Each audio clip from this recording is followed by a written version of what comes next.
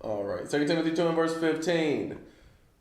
It says, study to show thyself approved unto God, a workman that needeth not to be ashamed, rightly dividing the word of truth. See, that's why we are learning the word, so we can rightly divide the word of truth to become approved unto God, and we will not be ashamed. All right.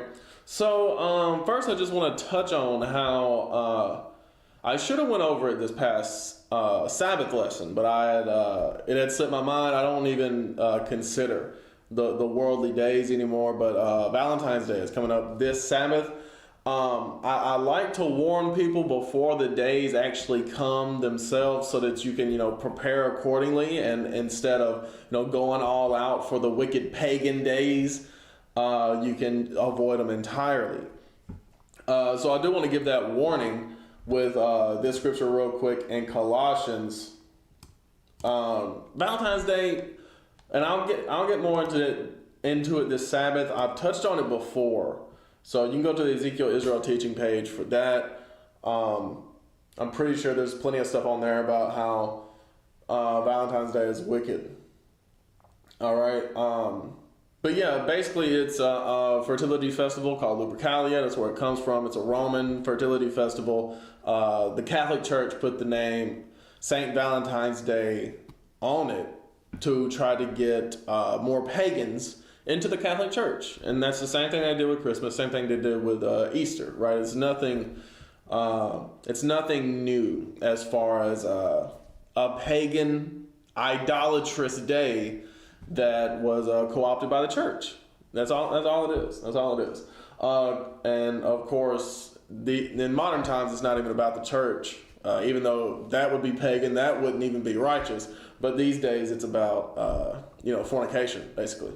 But anyway, Colossians 2 and 8, beware lest any man spoil you through philosophy and vain deceit. And here's the point: after the tradition of men, after the rudiments of the world, and not after Christ. All right, so beware that you are not following the tradition of men instead of Christ, instead of the Word of God. All right, so with that actually ties in quite nicely with where we're starting off this week.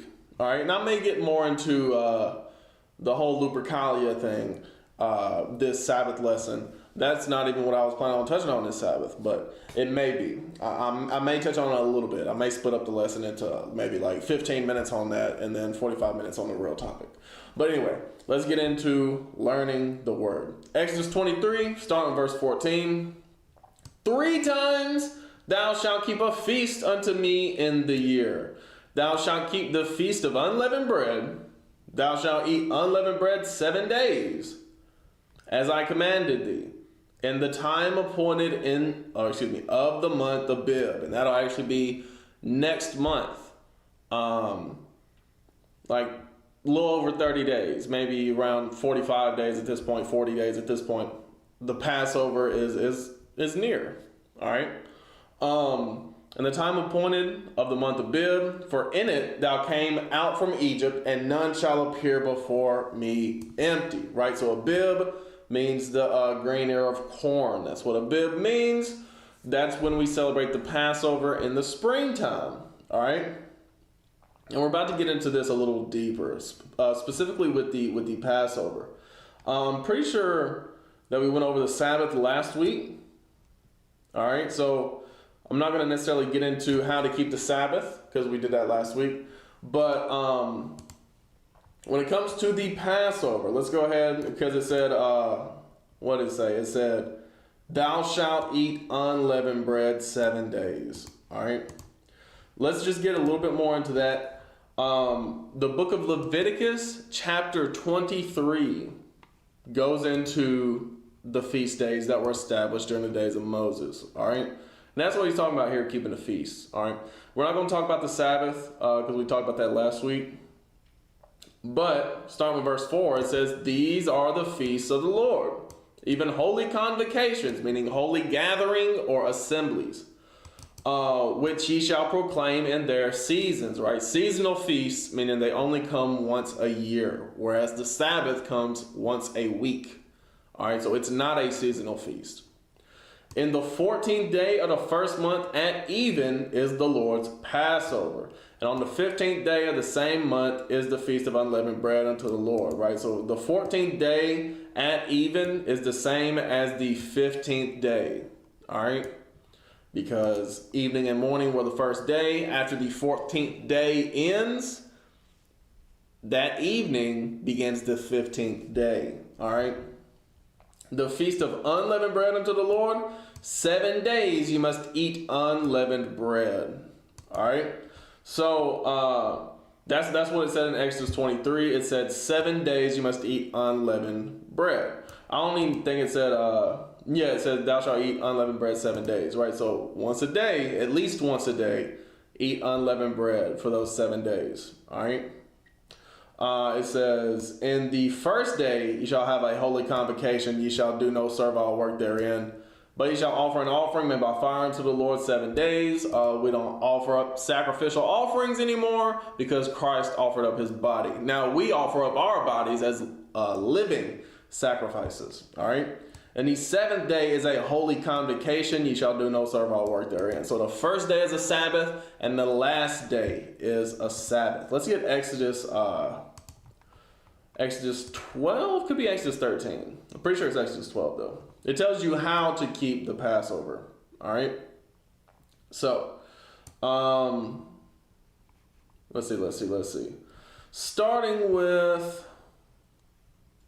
so it's talking about a lamb, starting with verse 5 here.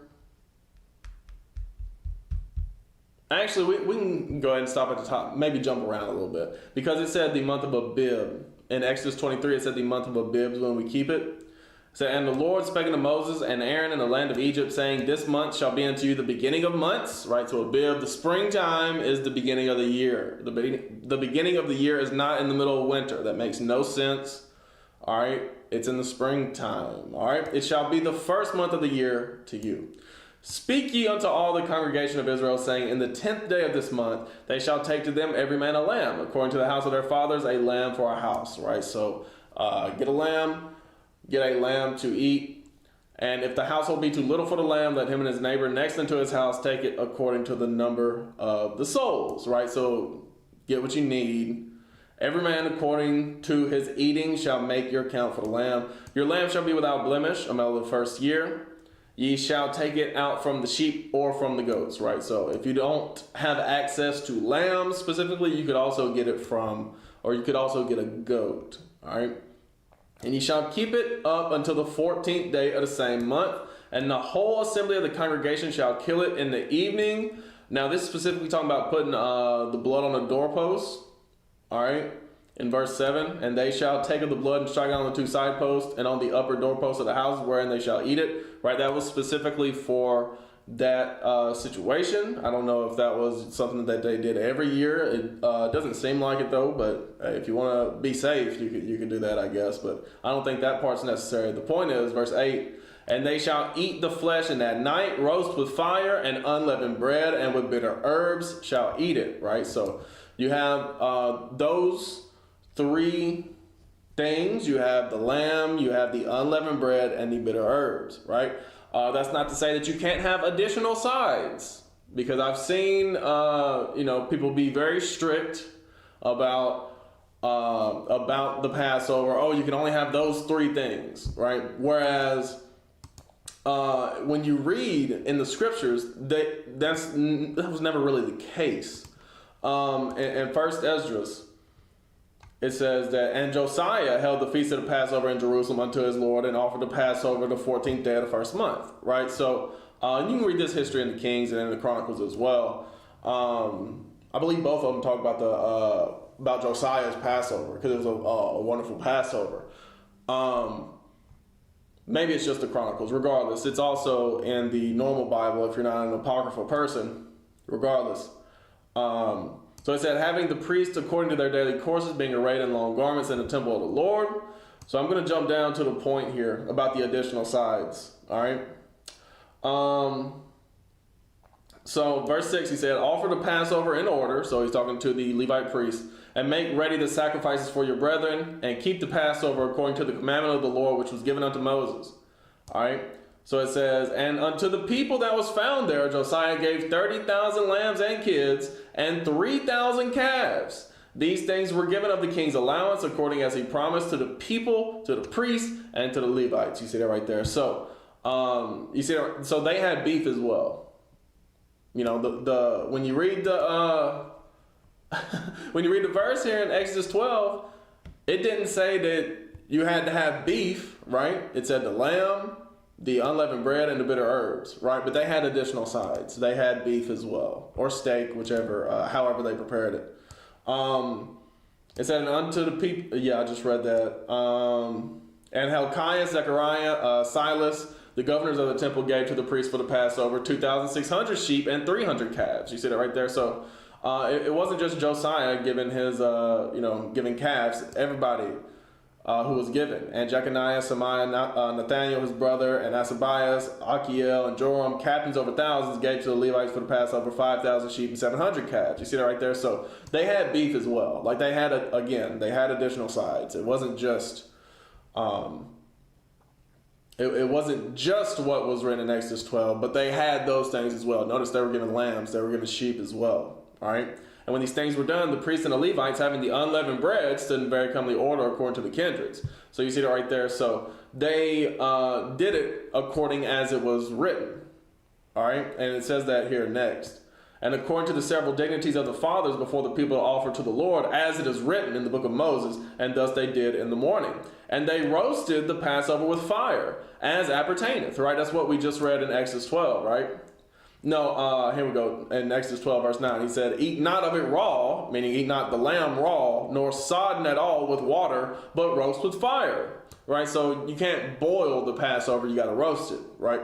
So whether that be grilled or, I guess baked would technically be roast with fire as well. But usually that's grilled, at least in my experience with keeping the Passover. His head with his legs and appurtenance thereof. Right? So if you got a whole lamb, then cook the whole lamb. It says, and ye shall let nothing of it remain until the morning, and that which remaineth of it until the morning ye shall burn with fire. All right. So back over here just to show, and they roasted the Passover with fire as it pertaineth. Right. They cooked the lamb that particular way. As for the sacrifices, they sod them in brass pots and pans with a good savor. You see that right there. As for the side dishes, it doesn't really say how to prepare them. You can do that however you feel. But the Passover lamb specifically, you cook that with fire. You roast it with fire. You don't boil it. All right. And just so we are,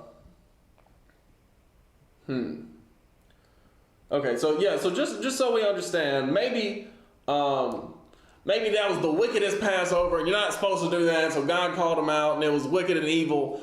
But let's see what the scriptures say. Verse 17. Thus were the things that belonged to the sacrifices of the Lord accomplished in that day, that they might hold the Passover, and offer sacrifices upon the altar of the Lord, according to the commandment of King Josiah. Verse 19. So the children of Israel, which were present, held the Passover at that time, and the feast of sweetbread 7 days. And such a Passover was not kept, and such a Passover was not kept in Israel since the time of the prophet Samuel. You see that right there? So they said that was a wonderful Passover. That was a beautiful Passover.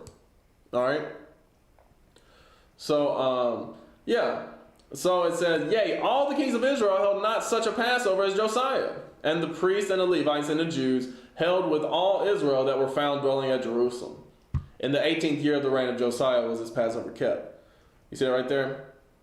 And just to further reiterate this, and the works of Josiah were upright before his Lord with a heart full of godliness. You see that right there? So that shows you the best example of a Passover being kept that we have. They had additional side dishes. I'm just pointing this out for those of you who may read in Exodus 12. You read the 3 ingredients, right? You read the where it says, where is that? Right, so the lamb, the unleavened bread, and the bitter herbs, and you start to get dogmatic and say, well, you can't have any additional side dishes with the Passover. It's got to be those 3 things. Well, that's not what the scriptures say at all. All right, you don't know the Bible. You ain't been studying the Bible, if that's what you say. Because that's not what Josiah and them did. And they held the best Passover ever. All right? But anyway, let's keep going. That's how you keep the Passover. All right? You have at least those three ingredients. The Passover lamb, which could also be a goat if you don't have a lamb. The bitter herbs. Usually I like asparagus, personally, with the Passover. And you have the unleavened bread. All right? So, verse 14. I'm going to keep reading this. And this day shall be unto you for a memorial, and ye shall keep it a feast to the Lord throughout your generations. Right? So you keep doing it forever. Ye shall keep it a feast by an ordinance forever. 7 days shall ye eat unleavened bread. Even the first day ye shall put away leaven out of your houses. For whosoever eateth leavened bread from the first day until the 7th day, that soul shall be cut off from Israel. Right? So it's not just about eating the unleavened bread for 7 days. It's also about removing all leaven from your houses. All right? That's all baking soda. That's all those type of things. All the like loaf bread. Anything that has leaven, right? You may have heard the term spring cleaning before. Well, hey, this is how you do it biblically. You get all the leaven out your house, right? You get all the leaven out of your habitations.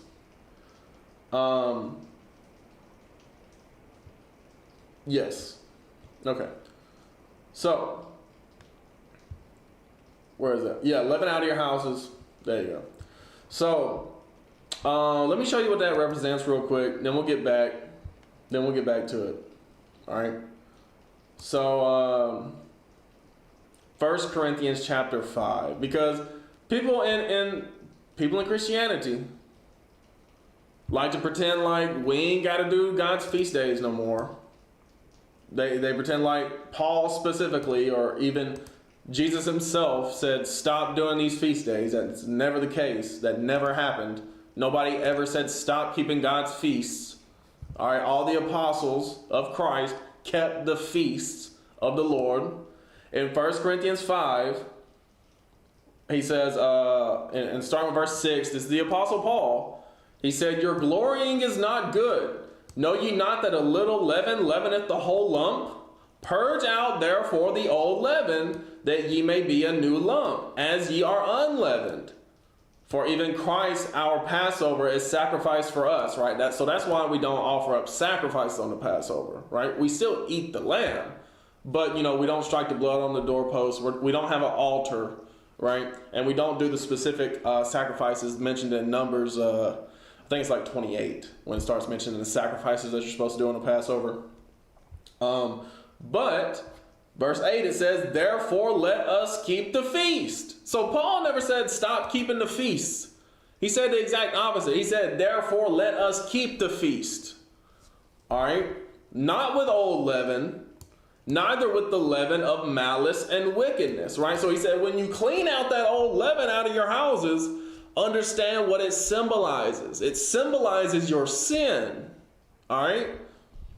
But with the unleavened bread of sincerity and truth. See, that's what unleavened bread symbolizes. The unleavened bread symbolizes your sincerity, your truth.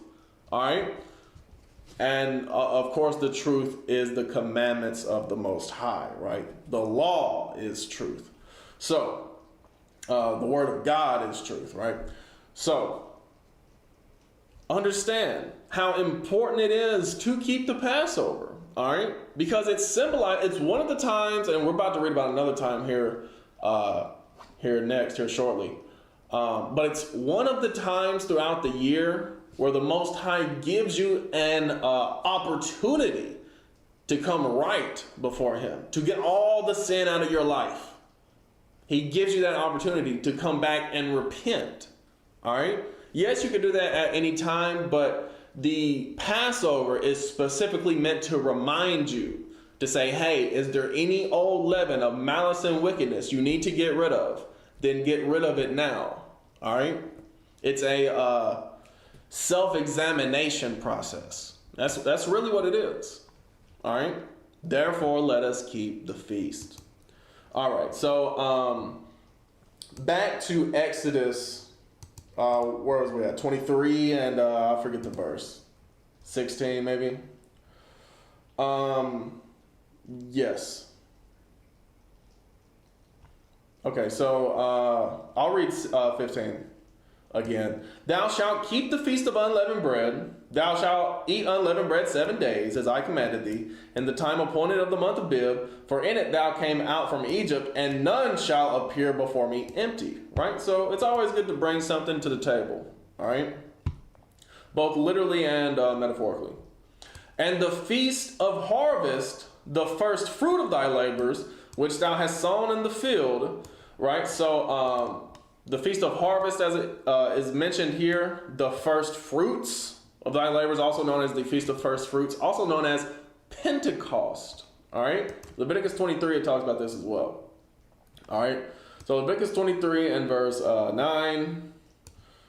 And the Lord spake unto Moses, saying, Speak unto the children of Israel, and say unto them, When ye be come into the land which I give unto you, and shall reap the harvest thereof, then ye shall bring a sheaf of the first fruits of your harvest unto the priest. And we don't have Levitical priests no more. So just, give to those who need it. You don't necessarily have to give to a specific priest.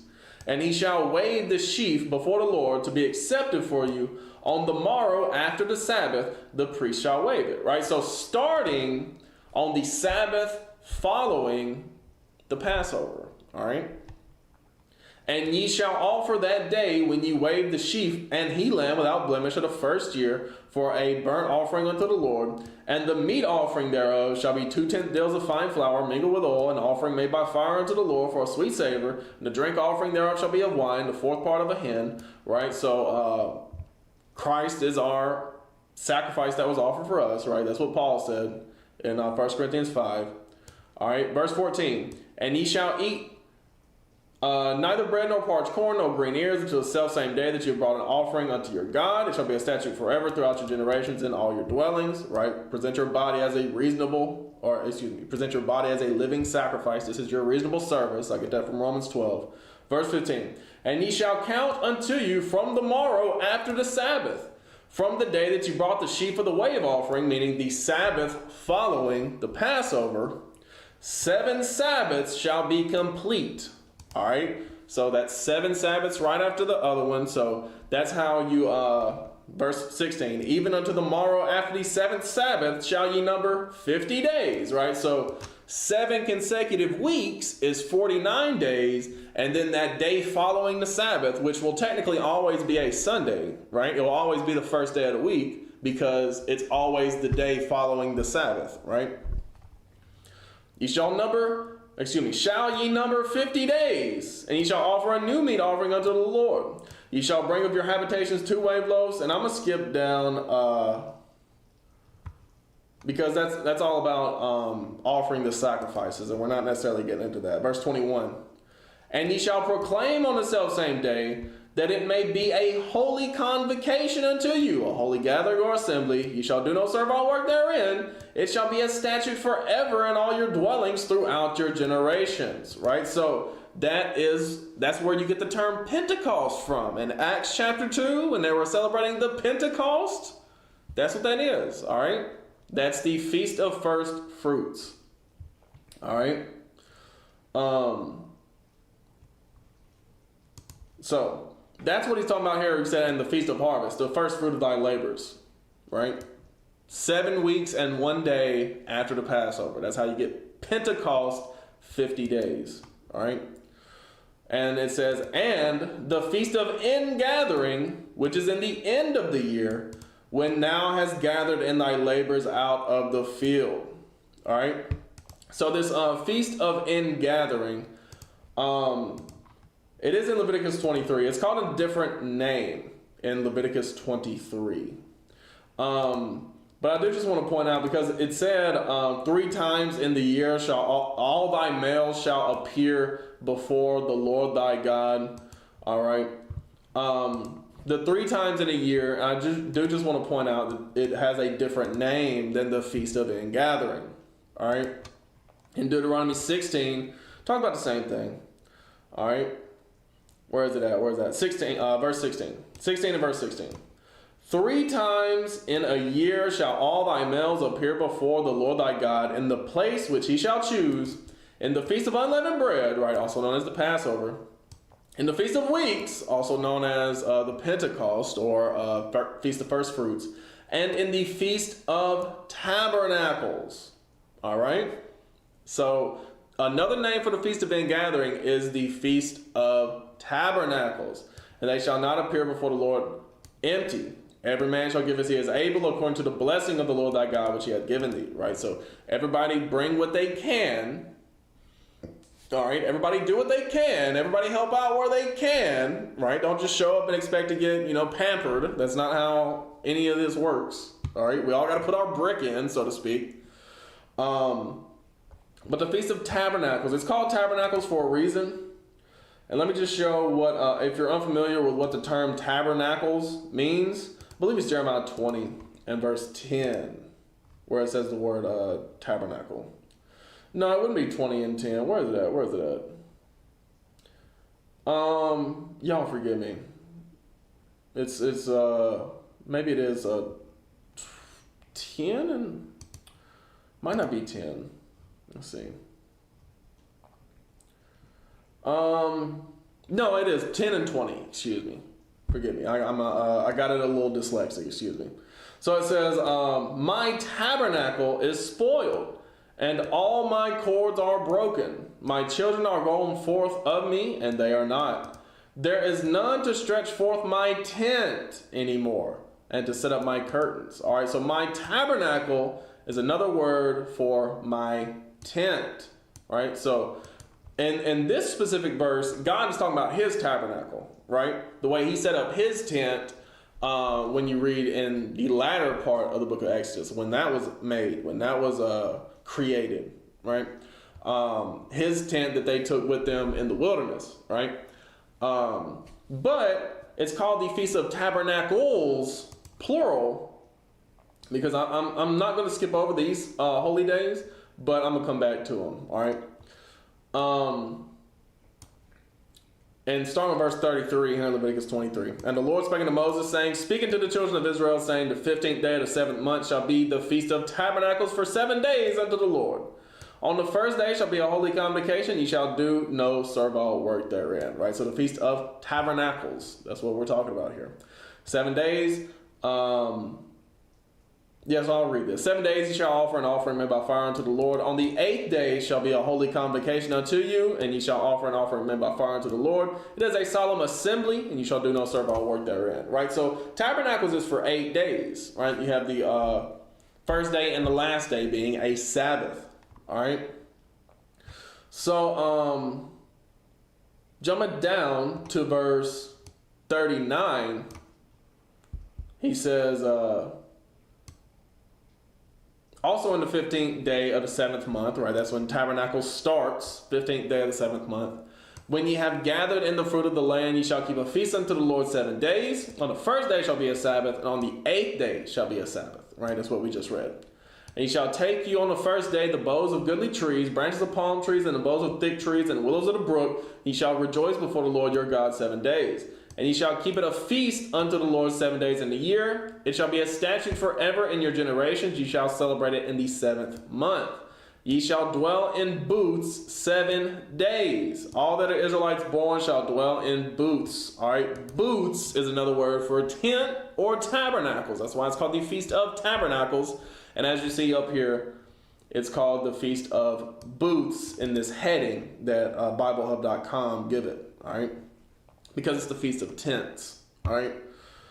And here's the reason, verse 43, that your generations may know that I made the children of Israel to dwell in booths when I brought them out of the land of Egypt. I am the Lord your God. And Moses declared unto the children of Israel the feast of the Lord, right? So it's to remember that our forefathers, when they came out of Egypt, had to dwell in tents, all right? They had to dwell in tents as they moved around the desert, all right? And it says in verse 40 here about, you take the branches, right, of the trees. Those are the thick trees and things like that.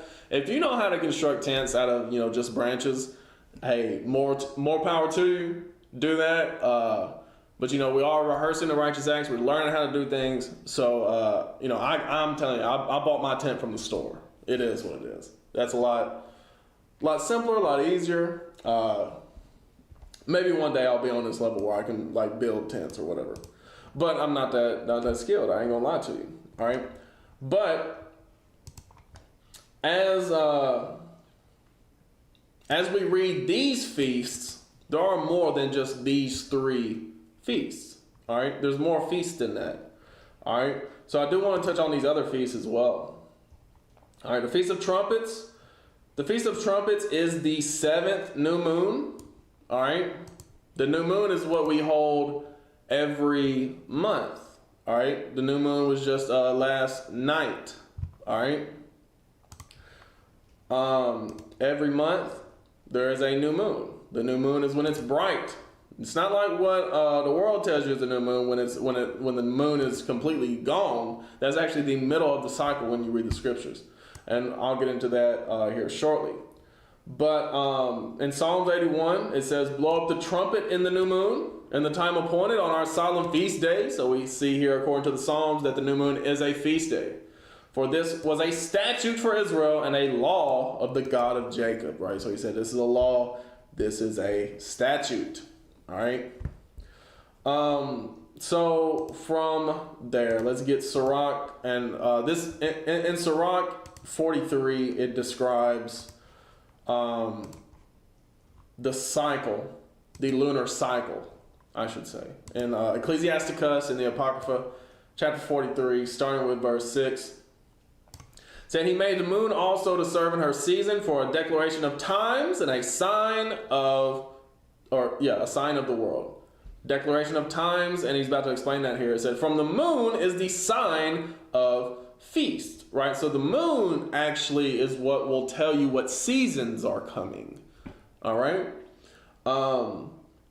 The next moon, which I forget what the date will be. The next new moon. Where is that at? The next new moon will be March the 13th. All right. That'll be the next new moon. That'll actually be the beginning of the year. That's when spring will come after that moon. That moon will bring in spring. Right, so the moon is the sign of feast, a light that decreases in her perfection. So it gives you the beginning of the cycle. The beginning of the lunar cycle is a light. That's the beginning of the lunar cycle. It's a light that then decreases, what we call waning. All right. The month is called after her name. That's where we get the term month from. All right. It's from the word moon. So in the Hebrew calendar, the months are determined by the lunar cycle. All right. It's not a Gregorian fixed schedule. It's according to the lunar cycle. That's not how we have it currently in this society, because everything of the world is not of God. Remember? Talk about that all the time. All right. So it says the month is called after her name, increasing wonderfully in her changing. You see that right there? So after it diminishes down to nothing, right? That would be the middle of the month, and then it increases wonderfully, what we call waxing, all right, until it gets all the way back around to the light, all right, being an instrument of the armies above, shining in the firmament of heaven, all right. But, again, if you're not an Apocrypha person, which you should be at this point if you're not, the Deuterocanonical Apocrypha, I ain't talking about all books that, all books that people say are apocryphal. I'm talking about specifically those 14 books that were taken out of the KJV, from 1st Ezra to 2nd Maccabee. All right. But if you still haven't caught on, still don't have an Apocrypha, still don't have a 1611, still don't look into it. All right. Genesis 1. This will tell you the beginning of the lunar cycle. All right. And God said, let there be lights in the firmament of heaven to divide the day from the night. Let them be for signs and for seasons and for days and years. And let them be for lights in the firmament of heaven to give light upon the earth. You see that right there? So he's about to describe what these lights are. And God made two great lights, the greater light to rule the day and the lesser light to rule the night. He made the stars also, right? So at the beginning, when God first made the sun, it was a light. Obviously, it still is a light. The sun doesn't wane and wax like the moon does. But when God made the moon, he made it as a light as well. All right? He made it in the middle of the first week, right? So weeks aren't determined by the moon. But he made the moon as a light. The very beginning of the first lunar cycle, it was a light. All right? Because that's how God made it. I say he made the stars also. All right. So even if you don't believe what's written in Sirach 43, you have to believe what's written in Genesis 1. All right. That's the beginning of the lunar cycle. That's the new moon. What you call the full moon, the Bible calls the new moon. All right. Because it just got done with its cycle. Now it's new again. All right. So that's what determines the months. In Leviticus 23 and verse 23, and the Lord spake unto Moses, saying, speaking to the children of Israel, saying, in the 7th month, in the first day of the month, right, so on that 7th new moon, the 7th full moon of the year, starting from Abib, shall ye have a Sabbath, a memorial blowing of trumpets, a holy convocation. You shall do no servile work therein, but you shall offer an offering made by fire unto the Lord. Right? So it's really, as far as like days are concerned, it's just like any other new moon. But it's signifying that, hey, this is the 7th month of the year, a very special and important month. All right? Not only because of the Feast of Tabernacles, but also here in starting with 26. And the Lord spake unto Moses, saying, also, on the 10th day of the 7th month, there shall be a day of atonement. It shall be a holy convocation unto you, and ye shall afflict your souls, and offer an offering made by fire unto the Lord. Right? So, when the Bible talks about afflicting your souls, right, afflicting your own soul, he ain't talking about like taking a cat of nine tails and beating yourself over the back with it. That's ridiculous. But what he's talking about when you afflict your soul is you resist the things that are satisfying, that are pleasing to your soul. In Isaiah 58, I think it's what, verse 3? Yeah. It says, wherefore have we fasted, say they, and thou seest not. Wherefore have we afflicted our soul, and thou take no knowledge. Behold, in the day of your fast you find pleasure and exact all your labors. Right? So in the Bible, when it says fast, or rather when it says afflicting our souls, it's really going into fasting, all right? Now I ain't talking about a water fast or a Daniel fast or whatever people like to say. There's only one way to fast in the Bible, all right? In Jonah 3, it talks about a fast. What was it, verse 5?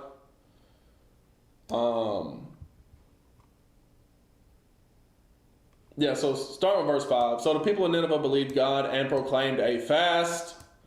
All right, so jumping down to verse 7 so we can explain what a fast is real quick. And he caused it to be proclaimed and published through Nineveh by the decree of the king and his nobles, saying, let neither man nor beast, herd nor flock taste anything. Right, so you can't taste anything when you fast, right? No chewing gum, no drinks, no toothpaste, for example. Let them not feed nor drink water, right? So you can't taste anything, right? No breath mints, no Tic Tacs. You can't eat or drink. That's a fast, all right? You exclude anything from satisfying your soul, right? You're afflicting your soul, right? So in Leviticus 23, on the Day of Atonement, it says, ye shall afflict your souls and offer an offering made by fire unto the Lord, meaning you're going to fast. You're supposed to fast. Ye shall do no work in that same day, for it is a day of atonement, to make an atonement for you before the Lord your God. All right, so if there's any of the feasts that you should take off for, it'd be the Day of Atonement, right? Because you're supposed to be fasting, and it's a lot, especially if you got a labor-intensive job. It's hard to do that and fast. It says, "For whatsoever soul it be that shall not be afflicted in that same day, he shall be cut off from among his people." Right? So God said, I'm not dealing with you if you don't fast on the Day of Atonement. And whatsoever soul it be that doeth any work in that same day, the same soul will I destroy from among his people. Right? So God takes that very seriously. All right?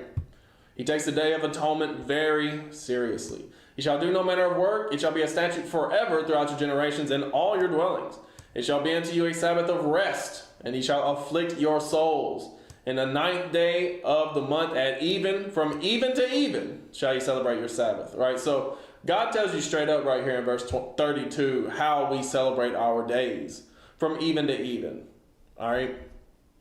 That's how we celebrate our Sabbaths, from even to even.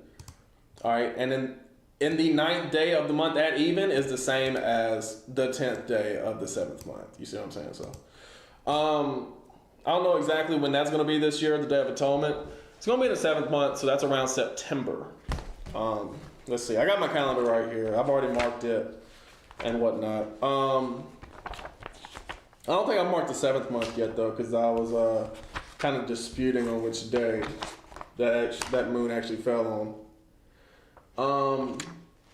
So I'll get back to y'all on that. But it's in September, around September the 17th or the 18th. Like I said, I'll get back with y'all on that one. When that's approaching, I'll let y'all know. All right. So, but there's even more feast days than this. That's found in Leviticus 23. Because there was feast days that were established later than the days of Moses. All right. The next one that was established was Purim. And that's actually the next one coming up, is Purim. That was established during the days of Esther and Mordecai, her cousin. All right. In Esther 9, it talks about this. So it says, "Now in the 12th month," right? We're in the 12th month right now. We just entered into the 12th month last night. All right. So I'm going to jump down to the point.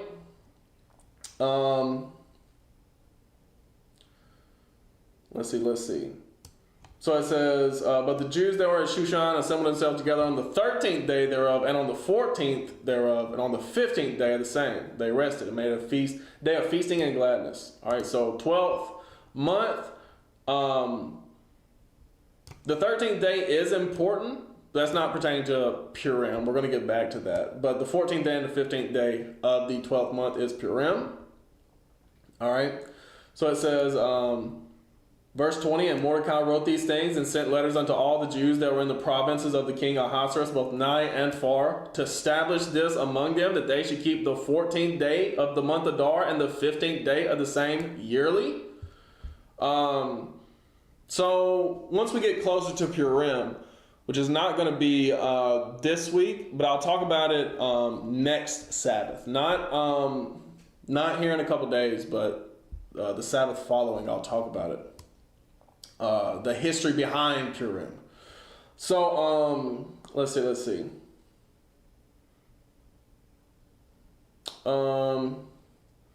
So jump down to verse 29. It says, "Then Esther the queen, the daughter of Abihail, and Mordecai the Jew, wrote with all authority to confirm this second letter of Purim. And he sent the letters unto all the Jews to the 127 provinces of the kingdom of Ahasuerus with words of peace and truth, to confirm these days of Purim and their times appointed, according as Mordecai the Jew and Esther the queen had enjoyed them, and as they had decreed for themselves and for their seed the matters of the fastings and their cry."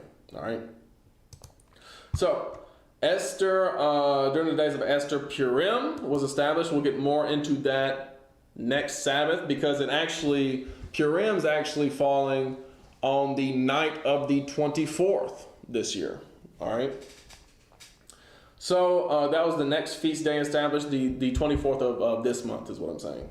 It's actually falling on February the 24th, the night of the 24th, and it's as you know, we celebrate our days from even to even.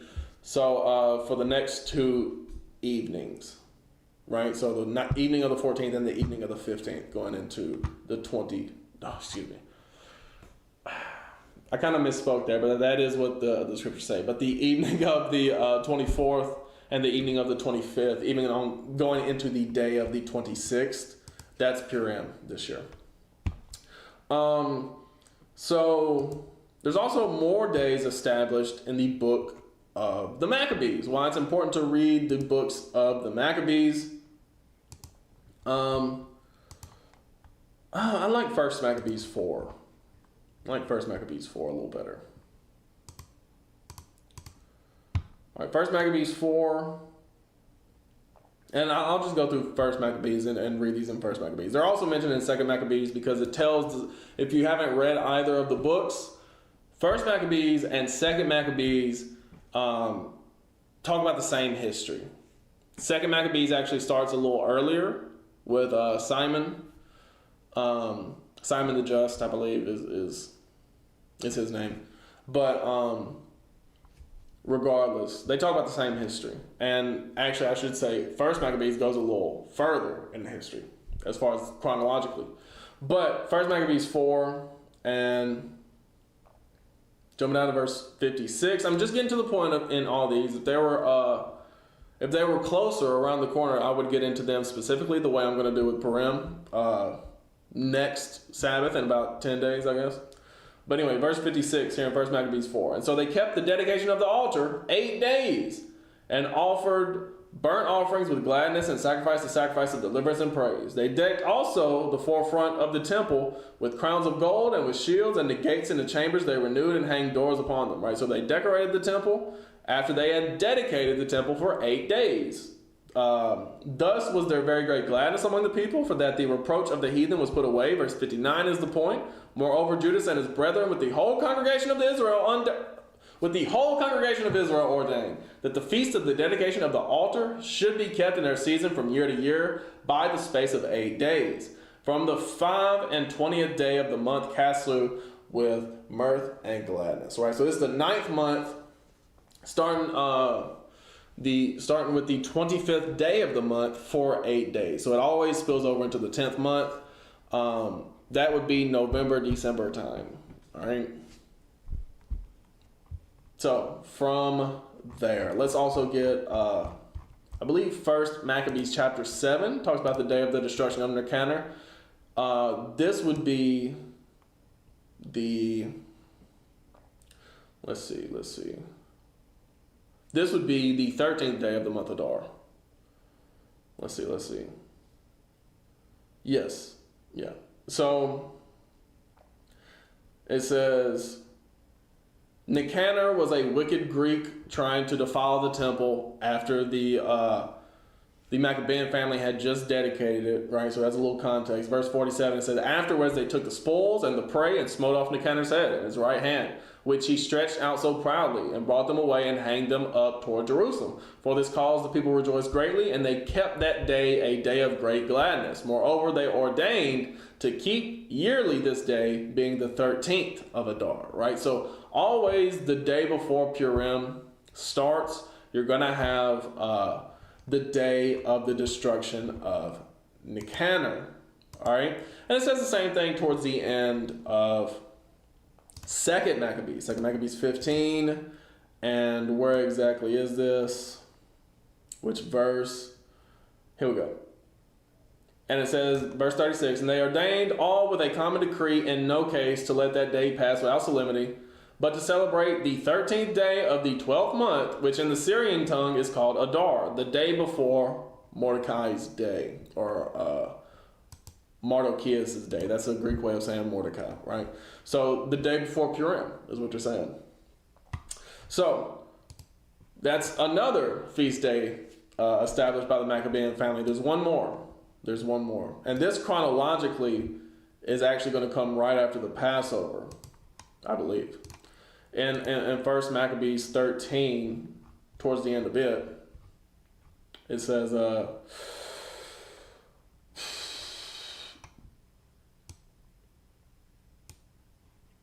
so starting with verse 50, it said, then cried they to Simon, beseeching him to be at one with them, which thing he granted them. And when he had put them out from thence, he cleansed the tower from pollutions, right? Putting idolaters and the heathen out of Israelite territory was Simon, the brother of Judas Maccabeus, and entered into it the 23rd day of the second month, the 23rd day of the second month, in the 171st year of the Greek captivity, with thanksgiving and branches of palm trees, with harps and cymbals, with vowels and hymns and songs, because there was destroyed a great enemy out of Israel. He ordained also that day should be kept every year with gladness.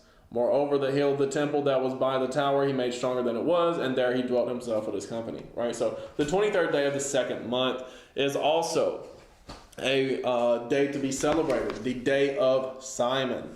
All right. So when would that be? Do I have that on here or no? Yeah, Day of Simon this year would be May the 4th, going into Cinco de Mayo. It just so happened to line up like that. All right. Let me turn that back. All right, so that's all the feast days that's in the scriptures.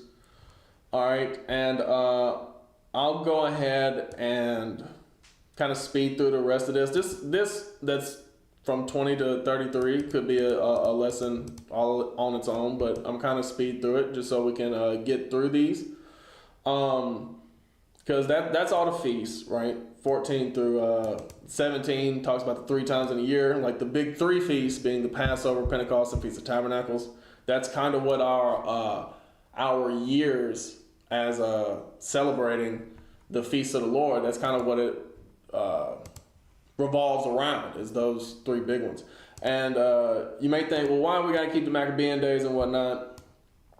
Are they really canon and all this kind of doubts that the people may have? But Christ kept these days. All right, Christ kept all the feast days, by the way. And you read in the book of John how he did that. In John 10 and 22, it says, "And it was at Jerusalem the feast of the dedication, and it was winter. And Jesus walked in the temple in Solomon's porch." Right. So Christ went to keep the feast of Hanukkah. That's what dedication in Hebrew is, by the way. It's Hanukkah. All right. So that was a feast established by the Maccabean family. All right. And Christ kept it. So that shows you right there that it's canon. All right. But anyway, it says, "Thou shalt not offer the blood of my sacrifice with leavened bread, neither shall the fat of my sacrifice remain until the morning." And we just read what leavening actually represents in the eyes of God. It represents malice and wickedness. That's why he said, hey, don't offer with leavened bread. The first of the first fruits of thy land thou shalt bring into the house of the Lord thy God. And again, we just read that with the feast of first fruits. They said, come and bring the first fruits to the Levites, right, to the priests, because they can't grow their crops, right? They can't grow. They can't raise their livestock because they're doing a service to the Lord, right? They don't have time to do the things that normal agricultural farmers with land would do. Thou shalt not see the kid in his mother's milk, right? So once, wait for a goat to be weaned, as it's talking about here. So verse 20, it says, "Behold, I send an angel before thee to keep thee in the way, and to bring thee into the place which I have prepared. Beware of him, and obey his voice, provoke him not, for he will not pardon your transgressions, for my name is in him." All right, it says, "But if thou shalt indeed obey his voice, and do all that I speak, then I will be an enemy unto thy enemies, and an adversary unto thy adversaries." All right, so who is this angel who has the name of the Lord in him, and God said you must obey? 1 Corinthians 10 tells you straight up, start with 1. This is Paul speaking. He said, "Moreover, brethren, I would not that ye should be ignorant how that all our fathers were under the cloud, and all passed through the sea." Right? So he's speaking to the Israelites in Corinth. How you know that? Because he said, look, all our fathers were under the cloud, right, in the wilderness, passed through the Red Sea, and were all baptized unto Moses in the cloud and in the sea. And did all eat the same spiritual meat, and did all drink the same spiritual drink, for they drank of that spiritual rock that followed them, and that rock was Christ. So he said, look, all our fathers followed Christ. All right? All our fathers are actually listening to Christ. As they were listening to Moses, who do you think conversed with Moses? It was Christ. All right? Verse 23, "For my angel shall go before thee, and bring thee in unto the Amorites, and the Hittites, and the Perizzites, and the Canaanites, and the Hivites, and the Jebusites, and I will cut them off. He said, look, my angel's going to go down there, and I'm going to wipe out all these Canaanites. All right? Thou shalt not bow down to their gods, nor serve them, nor do after their works. But thou shalt utterly overthrow them and quite break down their images. Right? So he said, do not mix yourself with these people. Do not get involved with these people. Don't give them religious freedom. All right? He said, destroy their idols. Don't do like them. Destroy their false gods. And ye shall serve the Lord your God, and he shall bless thy bread and thy water, and I will take sickness away from the midst of thee. You see that right there? He said, look, if you do this and only serve the Most High, then I will bless you, and I'll take sickness from you, and I will increase you mightily. And, there shall nothing cast their young, nor be barren in thy land. The number of thy days I will fulfill. All right? I will send my fear before thee, and will destroy all the people to whom thou shalt come. And I will make all thine enemies turn their backs unto thee. You see that right there? And I will send hornets before thee, which shall drive out the Hivite, the Canaanite, and the Hittite from before thee. All right? So, I do want to point out in Deuteronomy, actually, Leviticus 18, I want to go to first. I also do want to go to Deuteronomy 7, but Leviticus 18 talks about this just a little bit, and I want to touch on it. All right. So why does God have this great animosity against the Canaanites specifically? All right. So in Leviticus 18, and I'll start with verse 1. And the Lord spake unto Moses, saying, speak unto the children of Israel, and say unto them, I am the Lord your God. After the doings of the land of Egypt wherein ye dwelt shall ye not do. And after the doings of the land of Canaan whither I bring you shall ye not do. Neither shall you walk in their ordinances. Ye shall do my judgments and keep my ordinances to walk therein. I am the Lord your God. Ye shall therefore keep my statutes and my judgments, which if a man do, he shall live in them. I am the Lord. Right? So then it goes on to talk about the different types of incestuous relationships that we're not supposed to get involved with. All right?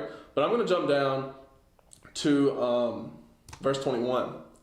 Because it also talks about adultery. It talks about homosexuality down here. It talks about bestiality down here. And thou shalt not let any of thy seed pass through the fire to Molech, neither shalt thou profane the name of thy God. I am the Lord. Right? So another thing that those Canaanites would do, one of the Canaanite gods that they worship was named Molech. Very similar to Baal as far as of Canaanite origin, and the customs and the practices were similar to that of Baal worship. But they would burn their babies in fire. They would take infant children, and I can only assume, I haven't looked too much into this, but I can only assume that the Canaanites not only did this to their children, but probably to the peoples that they conquered as well, or strangers passing through the land, or, of the other nations surrounding them when they would go to war with them, take prisoners of war. I can only assume that they would sacrifice their babies as well. If they were willing to sacrifice their own children, I'm sure they were also willing to sacrifice other people's children as well. This is something they did, that them Canaanites did. All right? They would take infant children and burn them alive in honor of their god Molech. Verse 24, defile not ye yourselves in any of these things, for in all these the nations are defiled, which I cast out before you. So all the things listed in Leviticus 18, right? Not just the incestuous relationships, not just, it warns against threesomes up here as well, as far as, where is it at? Take thy sister, or take a sister to her sister. Neither shalt thou take a wife to her sister to vex her, to uncover her nakedness besides the other in her lifetime. You see that right there? I think in the KJV it actually has something out to the side that says one sister to another, right? So it warns against all these different types of sexual promiscuity, sexual immorality. And then it goes on to say, this spiritual fornication, which is, worshiping Molech, burning these children alive. It goes on to talk about homosexuality and sex with animals. He said, don't do any of these things, because the other nations, these Canaanites, are defiled with these things. They were doing all of these things. Verse 25, and the land is defiled. Therefore I do visit the iniquity thereof upon it, and the land itself vomiteth out her inhabitants. You see that right there? So he said the land is defiled. With all the wickedness that's going on in the land, these people have to leave. They're corrupting the land. The land is destroyed now. All right? Ye shall therefore keep my statutes and my judgments, and shall not commit any of these abominations. Neither any of your own nation, nor any stranger that sojourn among you. Right? So he said, look, it can't be no kind of, it can't be no religious freedom in this regard. They're killing infants. There's no religious freedom here. All right? Nobody can do this. Nobody can do all these wicked things that were just mentioned here in Leviticus 18. Nobody can do this. All right? For all these abominations have the men of the land done, which were before you, and the land is defiled. God said, look, this is my holy land, and they're corrupting it. All right? They're defiling it. All right?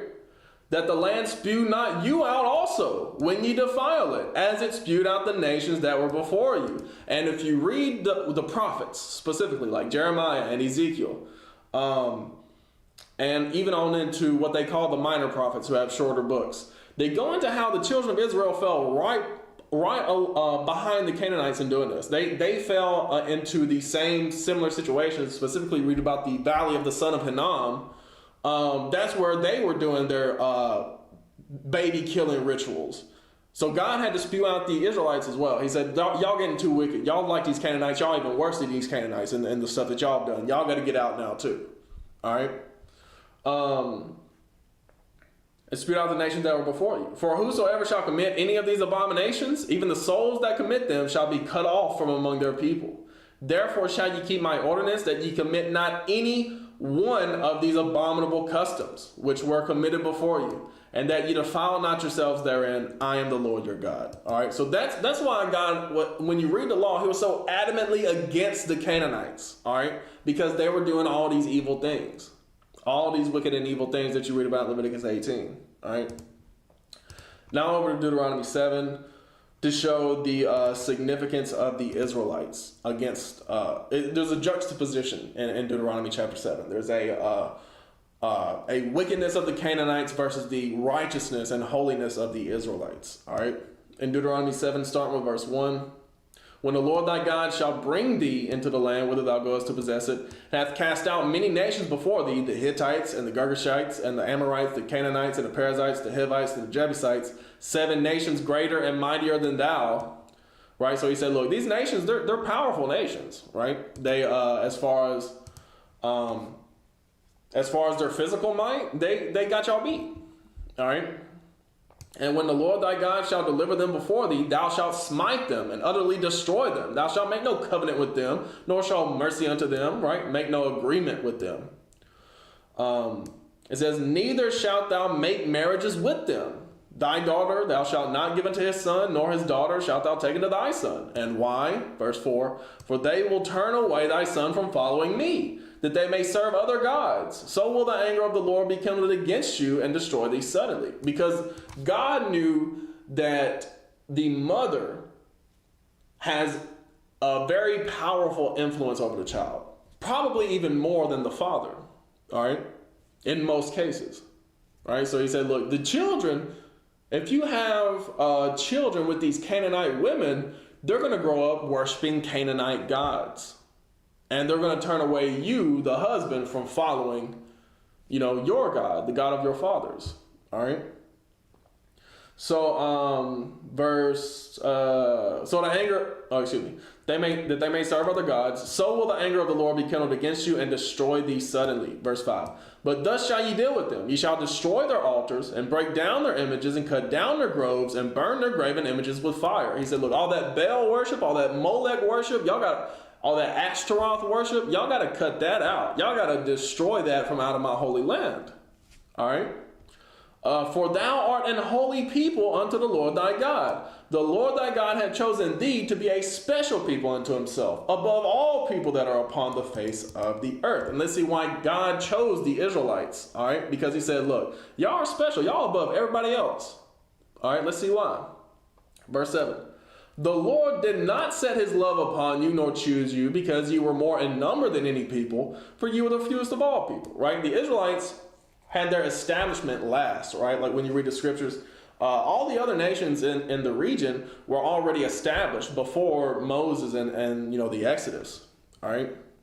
But because the Lord loved you, and because he would keep the oath which he had sworn unto your fathers, hath the Lord brought you out with a mighty hand, and redeemed you out of the house of bondmen from the hand of Pharaoh, king of Egypt. He said right there. So God said, look, I made a promise with Abraham, Isaac, and Jacob that their seed would be chosen. That's why I love you. All right, so-called blacks, Latinos, American Indians over here in the West, and the dispersed, scattered throughout the world. He said, that's why I love you, because I made a covenant with your fathers that I would love you. All right. He said, it's not because you're mightier than the other nations. That has nothing to do with it. All right. In fact, some of these other nations are mightier than you. But I made an oath to your fathers, so I'm going to keep that oath. I made a promise. I'm going to keep that promise. All right. Know therefore that the Lord thy God, he is God, the faithful God, which keep covenant and mercy with them that love him and keep his commandments to 1,000 generations. Right. So God said, look, I'm willing to keep my promise to Abraham, Isaac, and Jacob forever. All right. And repayeth them that hate him to their face, to destroy them. He will not be slack to him that hateth him. He will repay him to his face, right? So that's why even when the Israelites, God's chosen people, started breaking his commandments, started worshiping Molech and Baal and them, he said, no, I'm cutting you off. You got to be destroyed. Get out of my land. All right? He said, look, you showing me hate, I'm showing you hate. It is what it is. Thou shalt therefore keep the commandments and the statutes and the judgments which I command thee this day to do them. All right. Let's see if there's anything else I want out of this chapter. Starting with verse 17, it says, if thou shalt say in thy heart, these nations are more than I, how can I dispossess them? Right. So if you get fearful. If you get fearful of overcoming these Canaanites, thou shalt not be afraid of them, but shalt well remember what the Lord thy God did unto Pharaoh and unto all Egypt, the great temptations which thine eyes saw, and the signs and the wonders and the mighty hand and the stretched out arm, whereby the Lord thy God brought thee out, so shall the Lord thy God do unto all the people of whom thou art afraid. So he said, look, God will fight for you. He said, don't worry about it. God will fight for you. Moreover, the Lord thy God will send the hornet among them until they that are left and hide themselves from thee be destroyed. Right? So God will send the wild animals and specifically the hornets against your enemies. Right? Thou shalt not be affrighted at them, for the Lord thy God is among you, a mighty God and a terrible. You see that right there? So you see this. You see this in the scriptures constantly, talking about how God is a great and terrible God. Right? He's able to do wonderful things for you. He's able to do horrible things to you. All right? And the Lord thy God will put out those nations from before thee by little and little. Thou mayest not consume them at once, lest the beasts of the field increase upon thee. But the Lord thy God shall deliver them unto thee, and shall destroy them with a mighty destruction until they be destroyed. And he shall deliver their kings into thy hand, and thou shalt destroy their name from under heaven. There shall no man be able to stand before thee until thou have destroyed them. The graven images of their gods shall ye burn with fire. Thou shalt not desire the silver or gold that is on them, nor take it unto thee, lest thou be snared therein. For it is an abomination to the Lord thy God. Right? So he said, look, I know that they made gods of silver and gods of gold. Don't try to smelt that down and take the silver and gold for yourself, because you're going to start worshiping that God. You're going to hold it as a little relic in your house. Don't do that. All right. Neither shalt thou bring an abomination into thy house, lest thou be a cursed thing like it. But thou shalt utterly detest it, and thou shalt utterly abhor it, for it is a cursed thing. All right. So back to Exodus 23. I'm just going to close it out right here. So starting with 27 again, I will send my fear before thee, and will destroy all the people to whom thou shalt come, and I will make all thy enemies turn their backs unto thee, meaning run away. And I will send hornets before thee, which shall drive out the Hivite, the Canaanite, the Hittite from before thee. I will not drive them out from before thee in 1 year, lest the land become desolate, and the beasts of the field multiply against thee. And, he's basically saying the same thing as he says in Deuteronomy 7. By little and little I will drive them out from before thee until thou be increased and inherit the land. And I will set thy bounds from the Red Sea even unto the sea of the Philistines, from the desert unto the river. Right, so the desert being like the desert of Zin, the desert of Sinai, unto the river Euphrates. The sea of the Philistines would be like the Mediterranean Sea. For I will deliver the inhabitants of the land into your hand, and thou shalt drive them out before thee. Thou shalt make no covenant with them, nor with their gods. They shall not dwell in thy land, lest they make thee sin against me. For if thou serve their gods, it will surely be a snare unto thee. All right.